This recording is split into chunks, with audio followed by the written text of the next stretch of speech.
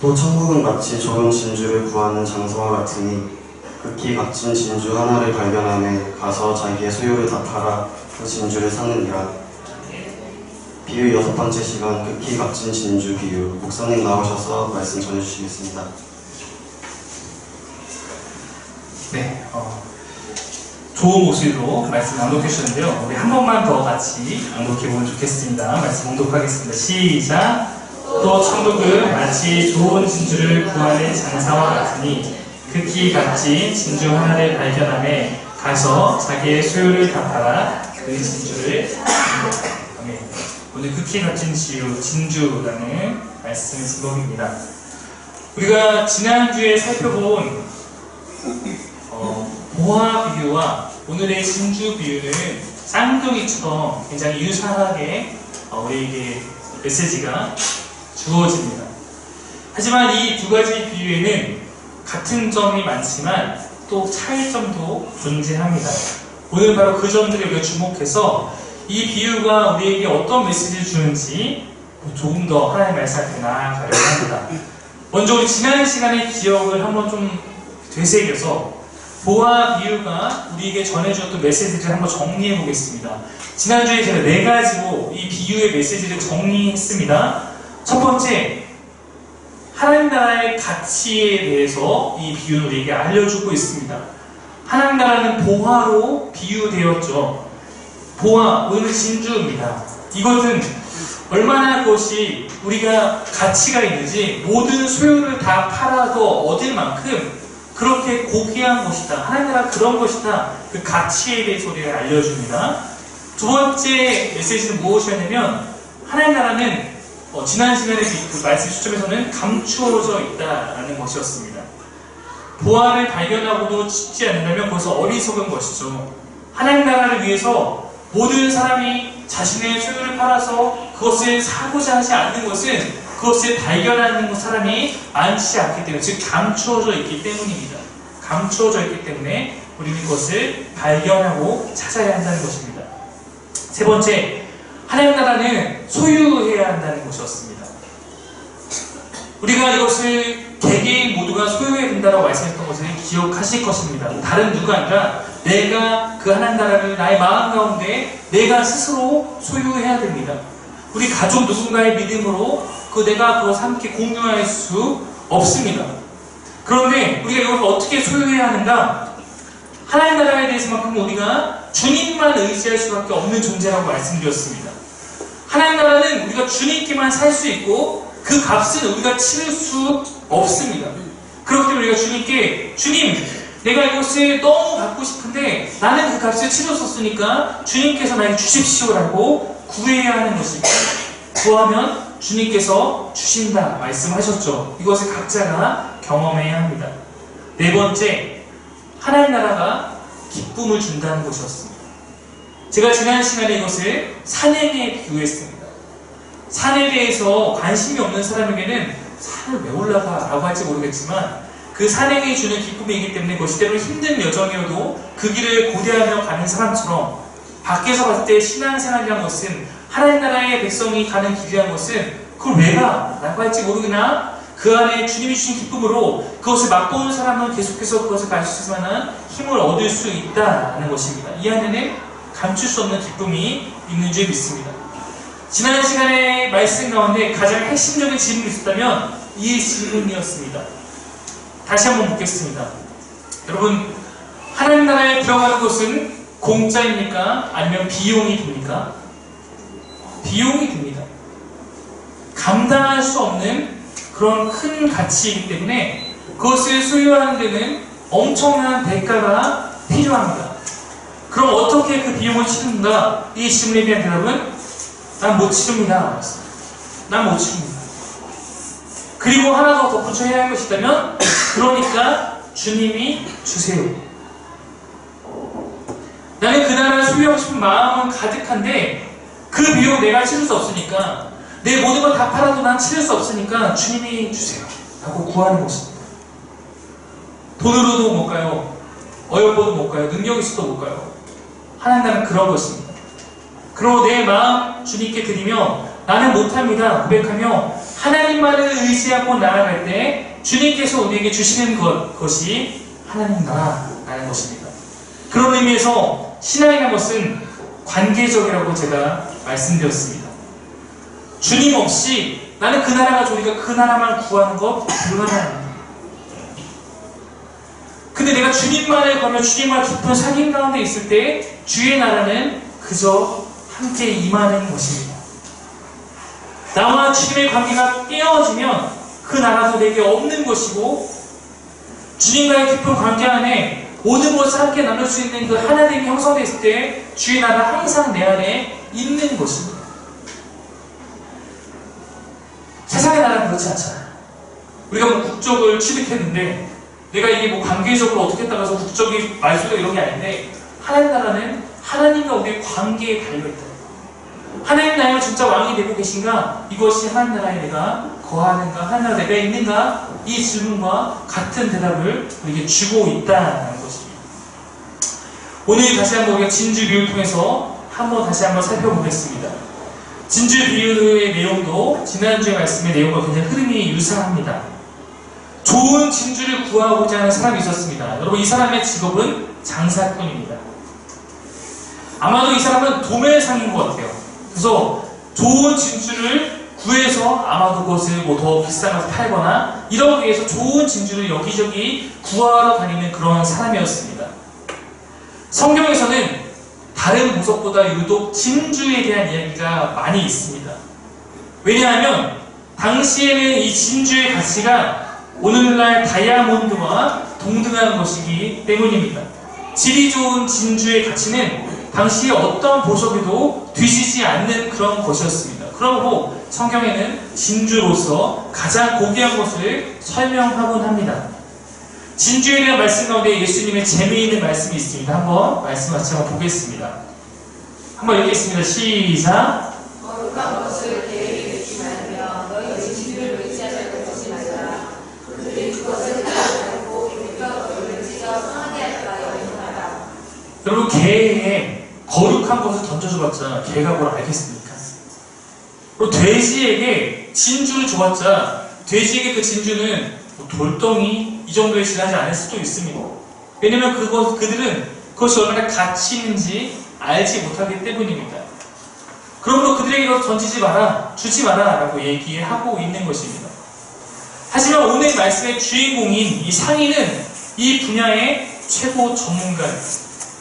이것이 얼마나 값진 진주인지를 알아볼 수 있는 사람이었습니다. 얼마나 가치가 있는지 판단할 수 있는 사람이었다라는 것입니다. 그가 오늘 드디어 진주를 발견했는데 이 진주 앞에 형용사가 뭐냐면 극히 값진 진주.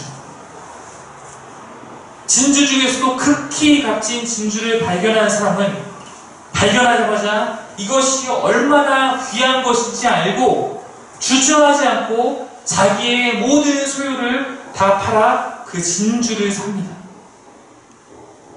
이것은 어떤 얘기입니까? 내 모든 소유가 더 값지다는 거예요? 그 진주 하나가 더 값지다는 거예요? 진주 하나가 더 값지기 때문에 할 수 있는 거죠. 진주 하나를 사는 데 있어서 내 모든 소유를 다 판다는 것은 그 하나가 더 값어치 있다고 판단할 수 있는 것입니다. 이것은 그것의 진짜 가치를 아는 사람이라면 누구나 할 수 있는, 아니 해야 하는 그런 행동일 것입니다. 하나님 나라가 얼마나 가치 있는지 또한 그것을 우리가 소유해야 한다는 점에서 지난 시간과 메시지가 동일할 수 있습니다. 자기의 소유를 다 팔아도 그 값어치는 것을 사지 못할 때 우리에게 문제가 있는 것이지, 만약에 내가 다 팔아서라도 그것을 살 수 있다면 사는 것이 당연히 지혜로운 것이죠. 오히려 내가 그것을 하지 않고 있다면 그것은 개나 돼지와 같이 그것의 가치를 판단하지 못하는 상태와 같습니다. 올해 8월에 영국 데일리 메일 기사에 이런 뉴스가 실렸습니다. 한번 앞에 띄워주십시오. 글입니다. 어떤 한 젊은 남자가 자기의 할머니 집에 방문했는데 할머니 집 창고에 20년이 넘게 방치된 슈퍼카 2대가 있었습니다. 그 중에 2대 중에 한 대는 5억 원 가치의 람보르기니 쿤타치였습니다. 이 차가 람보르기니 쿤타치라는 차입니다. 네, 여러분 눈에는 어떻게 보일지 모르겠지만 차를 잘 아는 사람이 봤을 때는 이거 보면 우와 하는 그런 차라는 것이죠. 저도 잘 모르지만 그런 차라고 합니다. 차이는 어떻게 되냐면 20년 전에 이 할아버지가 자동차 렌트 사업을 하셨는데 자동차 보험료가 너무 비싸서 회사를 운영할 수 없어서 슈퍼카 2대를 그냥 차고에 방치되고 그냥 이렇게 흘러간 겁니다, 시간이. 근데 이 손자가 가서 웬 떡입니까? 창고에 가서 이것을 발견한 것입니다. 먼 나라 남의 얘기라고 여러분 너무 실망하지 마시고, 여러분 이 사람이 이것을 발견했을 때 얼마나 놀라고 기뻤겠습니까? 그리고 이 사람이 지금 이걸 발견해서 이제 어떻게 해야 합니까? 한 100년 정도 더 묵혀서 숙성시켜야 될까요? 아니죠. 이 가치를 지금 최고의 가치에 있을 때 고철덩어리가 되도록 만드는 것이 아니라 얼른 가서 차의 가치를 밟고 팔아야죠. 가치를 아는 사람이 해야 할 당연한 일인 것입니다. 만약 누군가 와서 이 사람한테 이 오래된 차 지금 뭐 먼지 투성이인 차 별 가치 없으니까 내가 폐차해줄게 100만 원만 나한테 해줘 라고 한다면 여러분 이 차를 넘기겠습니까? 당연히 넘길 리 없습니다. 왜냐하면 이것의 가치는 그보다 훨씬 더 큰 가치의 것이기 때문입니다. 밭에 감추인 부활을 발견한 사람이나 오늘의 값진 진주를 발견하는 사람이 자신의 모든 것을 포기하면서 그것을 얻고자 하는 것은 가치를 알아볼 수 있는 자가 할 수 있는 최고의 결정인 것입니다. 이 두 비유에서 동일하게 사용하고 있는 단어가 하나 있는데 그것은 다 팔아. 다 팔아. 값진 진주를 발견한 사람도 다 팔았고 밭 안에 감추인 보화를 발견한 사람도 다 자기 것 다 팔았다라는 것입니다. 이미 사김의 교회에서 이 내용으로 2번이나 설교를 한 적이 있습니다. 다 팔아. 하나님 나라는 다 팔아야 한다. 이것은 내 모든 소유권의 주인이 하나님이므로 하나님께 내 모든 것을 소유권 이전을 하는 것입니다. 내가 갖고 있으나 내 것이 아닌 삶, 청지기의 삶을 살아가는 것, 그것이 다 판 삶이다라고 얘기한 바 있습니다.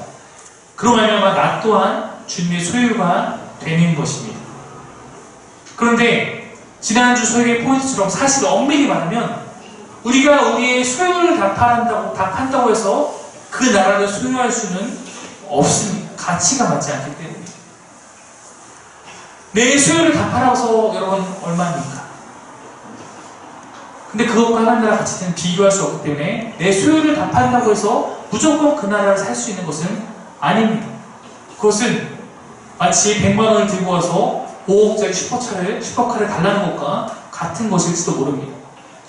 우리가 모든 값을 지불한다고 해서 내 모든 것을 다 팔아서 드린다고 해서 그냥 무조건 얻어지는 것은 아니라는 것입니다. 다 팔았다고 해도 무조건 얻을 수 없는 나라, 그런 하나님 나라는 우리에게 어떻게 주어지는가? 주님께 다 팔겠다는 그 우리의 마음, 그 마음을 주님께 받으시고 주님께서 그 마음을 보시고 우리에게 더 큰 것을 주시는 그런 은혜의 선물이다라고 말씀드렸습니다. 다음 이는 가진 게 없어요. 팩트포켓? 네, 가진 게 없습니다. 네, 가진 게 없어요. 근데 하나님 나라를 너무 갖고 싶어요. 다은이가 가진 것 다 판다고 해서 하나님 나라를 소유할 수 없습니다. 근데 다은이가 가진 것을 다 들여서라도 하나님 나라를 살고 싶다는 그 다은이의 진정한 마음을 보시고 하나님께서 그 마음 가운데 은혜로서 하나님 나라를 다은이에게 주시겠다고 말씀하신 것, 이것이 성경이 우리에게 약속한 하나님 나라입니다. 은혜가 중요합니다. 비슷한 것 같지만, 다 판다는 것이 비슷한 것 같지만 거기에 은혜가 있느냐 없느냐는 매우 큰 차이가 있습니다. 주님의 은혜가 없다면 우리가 아무리 우리의 모든 것을 다 팔아도 그 나라는 얻을 수 없습니다. 아무리 돈이 많아도 하나님 나라에 합당하지 못한 이유가 여기에 있습니다. 하나님 나라는 물질만을 다 팔아서 살 수 있는 그런 나라가 아닙니다. 그보다 여러분의 전심을 드리면 살 수 있는 나라입니다. 내가 비록 가난할지라도 내 전심을 들여 그 나라를 얻고자 하는 자에게 하나님께서 주시는 그러한 나라입니다. 하나님 나라의 주인이신 하나님은 우리의 마음을 원하시는 분이고 우리의 마음의 진정성을 살피시는 분이고 전심으로 하나님과 함께하는 삶을 소망하는 우리의 마음을 아시는 분입니다. 그러므로 주님은 그 마음을 받으시고 우리의 힘으로 살 수 없는 그 나라를 주님께서 은혜로서 우리에게 허락하시고 주시는 그러한 것입니다. 제가 옛날에 이런 얘기를 한 적이 있습니다. 하나님 나라는 정찰제가 아니다. 그리고 정찰제가 아니라 모두에게 원하는 그 하나님 나라의 값은 결국 내 모든 수요를 드리겠다는 그런 고백입니다. 만약에 정찰제라고 할지라도 결국 우리의 모든 수요보다도 더 비싼 나라입니다.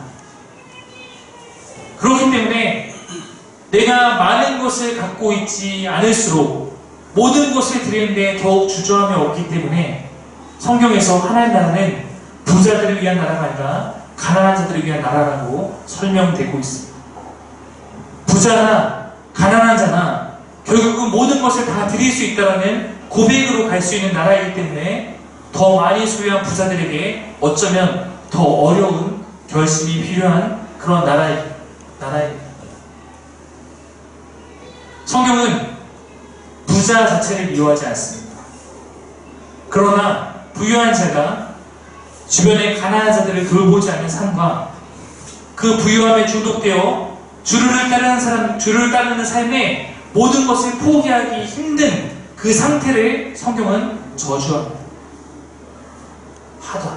하루다 부유한 자. 왜냐면 그가 그 부유함을 위해서 하나님 나라 소유함을 얻기 때문에 포기하지 않기 때문에. 성경에 보면 여러분 아브라함은 굉장히 큰 부자였습니다. 어떤 사람은 아브라함의 부자인 걸 일컬어서 야 봐라 아브라함도 부자니까 있는 사람도 부자로 살아도 된다 라고 이야기하는 경우도 있습니다. 그래서 여러분 잘 보시면 아브라함에게 큰 소유가 있었습니다. 그리고 그에게 소중한 것이 하나 더 있었는데 백세에 얻은 하나뿐인 아들이 있었습니다. 여러분 만약에 아브라함에게 둘 중에 하나를 포기하라면 뭘 포기하는 게 더 쉬웠을까? 아마도 아브라함에게 소유를 포기하는 것이 더 쉬웠을 것입니다. 그에게 지키고 싶었던 것, 더 소중한 것은 백세에 얻은 아들이었습니다. 그러므로 하나님은 그에게 냉혹하게 묻습니다. 그것도 내게 줄 수 있는 것. 아브라함이 자신이 가지고 있는 소유를 귀하게 여기는 사람이 하나님 그 소유를 요구하셨을 거예요. 아브라함에게 가장 귀한 것, 근데 그것을 하나님은 다 팔아 하나님께 드릴 수 있는지 물으시는 것입니다. 백세에 얻은 아들도 하나님께 번제로 드리겠다고 순종하는 이가 무엇을 하나님께 드리지 못하겠으며 그런 신실한 믿음을 가진 아브라함이기 때문에 우리 모든 백성들에게 믿음의 조상이다라고 일컬음을 받는 것이 당연하지 않겠습니까? 그 또한 모든 것을 다 팔아 주께 드릴 수 있는 자였기 때문입니다. 우리가 오늘 하나님 나라에 대한 비유를 바라보며 발견할 수 있는 또 다른 메시지가 있다면 그것은 두 비유, 지난 시간에 배웠던 보화 비유와 오늘 진주 비유가 갖고 있는 차이점에서 주는 메시지입니다. 여러분 지난주에 밭에 감추인 보화를 발견한 사람은 우연히 발견했습니다. 우연히 자기의 삶에 최선을 다하는 과정 가운데 보화가 발견되었습니다. 어떤 목사님께서 이 비유를 묵상하며 이렇게 고백을 한 것을 얼마 전에 보았습니다.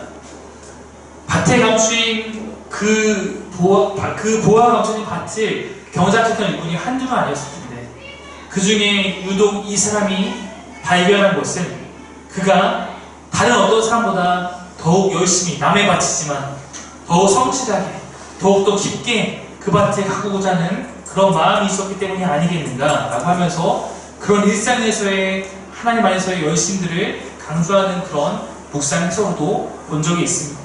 어쨌든 이 일꾼은 늘 하던 대로 자신의 일을 하는 가운데 밭을 가다가 우연히 보화를 발견한 사람입니다. 그와는 대조적으로 오늘 비유에서 상인은 값진 진주를 찾고자 애썼던 사람입니다. 찾기 위해 힘썼던 사람입니다. 두 차이를 아시겠습니까? 그는 명확한 목표가 있었어요. 그건 뭐냐면 가장 값진 진주를 난 찾겠다. 나는 가장 값진 진주를 찾고 싶다. 백방으로 그 진주를 발견하기 위해서 힘썼던 그런 사람이고, 그 노력 끝에 오늘 가장 값진 진주를 발견했을 때 주저하지 않고 자신의 소유를 다 드린 이런 사람이었습니다. 그리고 이 차이점은 신앙생활하는 우리에게 교훈을 주기에 충분합니다. 우리가 하나님의 나라를 발견한 방법이 모두 다를 수 있다는 것입니다. 교회에 나온 목적, 교회에 나온 동기, 교회에 나오게 된 배경, 환경 모두가 다 다를 수 있습니다. 우연히 그냥 교회에 나오게 되었다가 그 안에서 주의 진리를 발견하는 사람들도 있습니다. 그리고 성경에서도 마찬가지입니다. 사마리아 우물가의 그 여인은 우물을 들으러 그냥 나왔다가 거기서 예수님을 만나게 됩니다. 그 우연을 통해서 이 여인은 진리 가운데 나아가게 됩니다. 반면 에티오피아 내시와 같이, 베레아 교인들과 같이 진리를 찾기 위해서 말씀을 보며 진리를 탐구하고 힘썼던 사람들이 있습니다. 그들이 그 진리를 찾고 찾는 과정 가운데 그 진리를 만나게 된 그런 경우도 있었다는 것입니다. 사랑하는 사님의 교회 가족 여러분, 여러분이 어떠한 모습으로 어떤 가정 가운데 지금 나아가고 계시든지, 내가 우연히 어쩌다가 교회에 와서 하나님을 알아가고 있던지, 혹은 내가 어떠한 영적인 존재를 찾다가 만나게 되었는지 모르겠습니다만, 중요한 것이 있다면 지금 발견한 그 보화와 지금 만난 그 값진 진주를 이제는 영원히 붙잡는 삶이 되시기를 소망합니다. 여러분, 가장 안타까운 삶이 무엇이겠습니까? 지극히 값진 진주를 발견하고도 그것의 가치를 알아보지 못하여 다시 놓아버리는 그런 삶입니다. 하나님은 주의 나라를 사모하는 자에게 주신다고 약속하셨는데, 주의 나라가 얼마나 값진 것인지 모르기 때문에 이곳에서 예배하며 주님을 만나면서도 알지 못하기 때문에 붙잡지 못하고 돌아가는 삶이 가장 안타까운 삶입니다. 여러분, 세상을 바라보십시오. 세상 모든 사람들이 바쁩니다. 각자가 무엇인가를 잡기 위해 부단히 애쓰는 삶을 살고 있습니다. 그런데 잡아도 끝이 없습니다. 불을 잡고자 해서 불을 잡아도 끝이 없고, 만족함이 없고 불안하고, 권력을 잡아도 만족함이 없고 불안하고, 영원한 만족을 줄 수 없는 것들이기 때문입니다. 세상이 잡고자 하는 것 가운데 영원한 것은 없습니다. 그러나 여러분, 우리가 이곳에 모여서 추구하는 것은, 우리는 진정한 영원한 것을 추구합니다. 하나님 나라가 바로 그것입니다. 주의 성령이 바로 그것입니다. 우리가 다른 것이 없을지 모르겠지만, 그럼에도 우리가 만족할 수 있는 것은 우리에게 가장 귀한 그것이 있기 때문입니다. 베드로와 요한이 고백이 무엇입니까? 그에게 금과 은을 구걸하는 사람에게 금과 은은 내게 없지만 내게는 가장 귀한 것을 너에게 주고자 하노니, 바로 그에게 예수를 전하는 삶이었습니다. 우리가 이 마음을 품고 살아갈 때, 우리 안에 그런 하나님 나라가 있을 때, 그것을 우리가 소유하고 있을 때, 우리는 이 땅에 있는 어느 누구보다 가장 기쁘고 가장 자유로운 삶을 살 수 있는 줄 믿습니다. 요한복음 말씀은 이런 말씀이 있습니다. 우리 한번 같이 읽어보겠습니다. 시작. 진리를 알지니 진리가 너희를 자유롭게 하리라. 아멘. 여러분, 진리를 잡은 자, 진리 안에 자유로울 수 있습니다. 세상 사람들과 다르게 우리는 이 각박한 세상 가운데서도 참된 자유를 그 안에 누리며 살아갈 수 있습니다. 왜냐하면 우리는 진리를 진짜를 붙잡은 사람이기 때문입니다. 가장 귀한 것을 알고 있고 가장 귀한 것을 마음에 품어 우리는 평안할 수 있습니다. 변치 않는 것을 붙잡아 우리는 흔들리지 않을 수 있는 줄 믿습니다. 마태복음 6장 31절부터 33절에 이렇게 나와 있습니다. 그러므로 영양에 이르기를 무엇을 먹을까, 무엇을 마실까, 무엇을 입을까 하지 마라. 이는 다 이방인들이 구하는 것이다. 너희 하늘 아버지께서 이 모든 것이 너희에게 있어야 할 줄을 아시느니라. 그런즉 너희는 먼저 그의 나라와 그의 의를 구하라. 그리하면 이 모든 것을 너희에게 더하시리라. 아멘. 우리가 필요한 것이 있어요. 그러나 그보다 먼저 주의 나라를 구하고 그것을 위해서 우리가 나아가며 내 모든 것을 드리며 나아갈 때 하나님께서 우리에게 나라를 주시고 우리 지금 이 삶 가운데 필요한 것도 채워주시며 그 나라까지 영원히 이끌어 주신다고 약속하셨습니다. 우리가 오늘 이 약속의 말씀을 붙들기를 원합니다. 지극히 값진 진주 하나님 나라를 발견한 우리가 그 나라를 구하며 나아갈 때 주께서 우리의 삶을 지키시고 우리 삶 가운데 함께 하여 주실 것입니다. 오늘 이 예배를 마치며 돌아가서 여러분 다시 한번 우리에게 맡겨진 각각의 삶의 토전으로 나아가게 됩니다. 나아갈 때 여러분 부디 내게 가장 귀한 것이 무엇인지 항상 기억하시기를 축원합니다. 여러분 그것을 위한 삶을 살아가 주시기를 부탁합니다. 이곳에서 말로만 하나님 나라가 내게 하나님이 극히 값진 진주라고 말로만 하는 것이 아니라 내 삶에서 정말 그것이 가장 귀한 삶을 살아가 주시기를 원합니다. 목사로서 저 또한 마찬가지지만 가장 큰 한계를 느끼는 건 무엇이냐면 이곳에서의 말씀에 아멘하나 삶에서 말씀에 아멘하지 못하는 것으로 볼 때 여러분 진짜 하나님 나라가 가장 귀합니까? 여러분 진짜 하나님 나라가 가장 먼저 되어 있습니까? 혹시 내 안에 그렇지 못한 내 삶에 그것이 정말로 귀한 것이 아니라 내가 다른 것을 더 귀하게 쫓고 있다면 여러분 이 시간 돌이키셔야 될 줄 믿습니다. 저는 여러분에게 그리고 저에게 우리 교회에게 이 나라의 가치가 가장 소중한 것이 되기를 간절히 원합니다. 하나님이 정말 여러분이 가장 소중한 분이라면 그보다 귀하지 않은 것들을 향한 나의 모든 소욕을 내려놓고 주를 위한 삶으로서 다시 한번 이곳에서부터 살아가실 수 있는 저와 여러분이 되기를 간절히 축원합니다. 우리 지금 같이 찬양하며 함께 나아가고 싶습니다.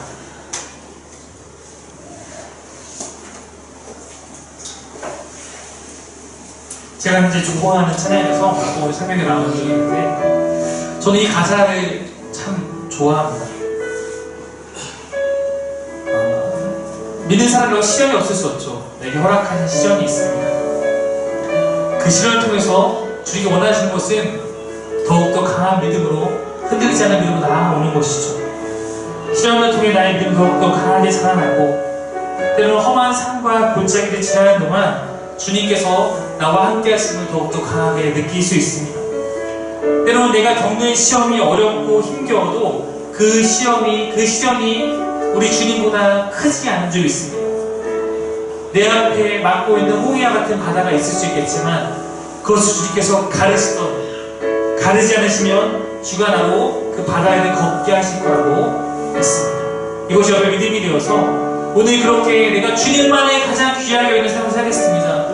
내가 극히 값진 진주를 위해서 내 모든 전부를 드리며 나아가는 삶을 살겠습니다. 다짐하면 여러분 가운데 이 믿음의 고백이 삶 가운데 함께 하시를 간절히 바랍니다. 우리 같이 고백하며 나아가기 원합니다.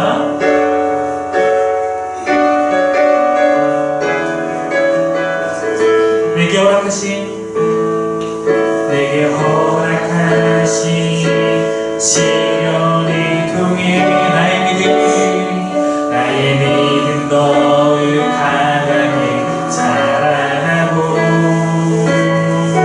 험한 산과 골짜기 지나는 동안 주께 더 가까이 나를 이끄시네.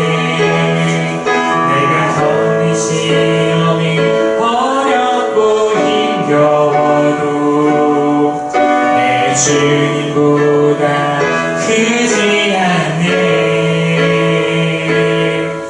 내 앞에 바다가 갈라지지 않으며 주가 나로 바다 위 걷게 하리. 나는 믿네. 주 능력으로 내 삶 새롭게 되리. 나는 믿네.